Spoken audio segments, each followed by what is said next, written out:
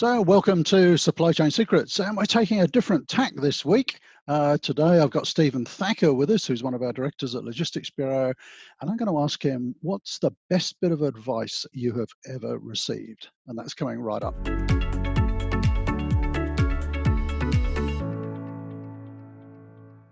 Okay, so Steven, we're management consultants and we're always giving other people advice, but I think a fool never listens as well.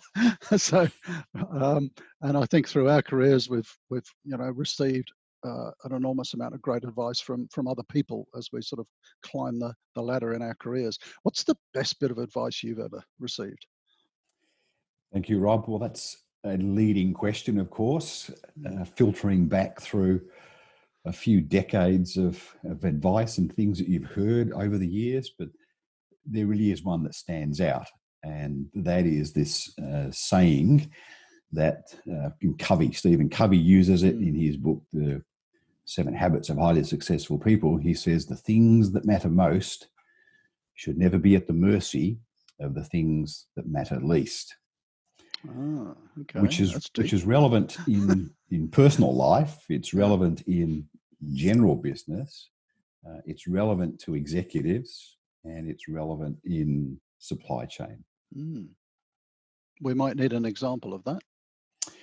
So one good example is, I remember back in the days when I first started working, that Friday afternoon after lunch was pretty much a non-event.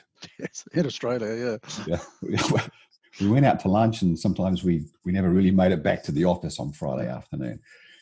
Today's the antithesis of that, where we're not only working Friday afternoons, we're working evenings at home on our phones and weekends. And so as a result of the technology imposed on our lives, it's critical that the things that matter most in our lives don't get consumed by all of this minutia, because it bombards us every second of our lives. Most of us, I think now, are caught up in the fact that we can't leave home or move out of the office or move to a different office even without our mobile phone.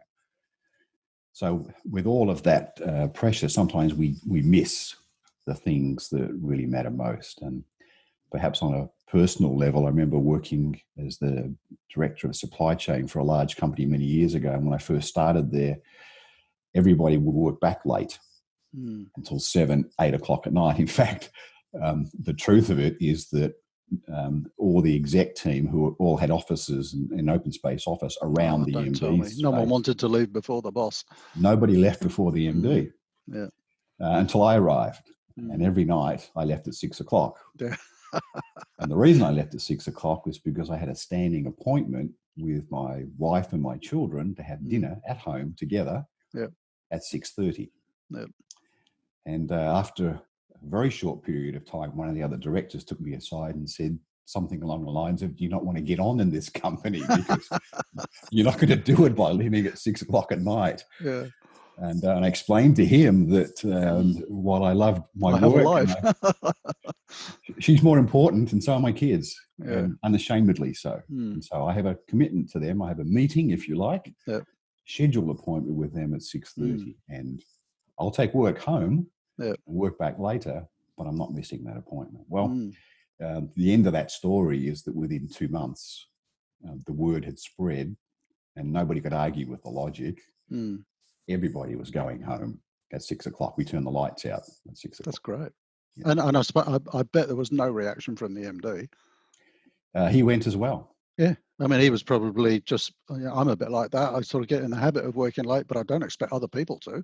No, exactly. It's a choice I'm making. Yes. Yeah. So that's kind of a personal one, but a business related one. But, in supply chain, it's very often find the same thing, things that matter most. And sometimes it's a little disconcerting when a client says, "I really need you to reduce my costs," when they haven't considered the service implications. Yeah. And as you know, our mantra is, if you get the service right and you have delighted customers, or raving fans, as the name of the book goes, then lots of other things just kind of disappear. Lots of problems and issues disappear. And interestingly, as you know, your costs come down as well, because you're not wasting time spending money on stuff that you shouldn't be, expediting freight and customer claims, and you've got 10 people in your complaints department and you should have none, and all of those sorts of things. So if you focus on the things that matter most, which is delighted customers, then those things that matter least tend to automatically disappear. Yeah, those little things kind of solve themselves to a certain degree, don't they? To a degree. That's a great analogy, and I'm sure we've got a video on that. So we'll put a link to this up here. The perfect order seems to come into play there. I think it's really getting the service right, and the costs will fall away. And even then, when we talk to clients about this concept of a perfect or an error-free order, as you know, there are 6 components to that. But if you think about this, applying this principle of things that matter most, they're not equal. No. And some of them have a far greater leverage than others, and therefore they're the ones that you should be spending the greatest time. Absolutely. You just reminded me, we do have a video on that. We'll just put an image up on the screen now of what we're talking about, the perfect order, and you can see 6 different things get measured. And of course, the right way to measure this is that you multiply them all out. That's why the probability of a perfect order is considerably lower than people imagine. But we've got a whole video on that, so we'll put a link up to it as well. No, that's a great bit of advice. Focus on the things that really matter. Yes, I love the example of people working back late in the office. Yeah, and then the application of that too is the mathematician Pareto, of course. Yeah.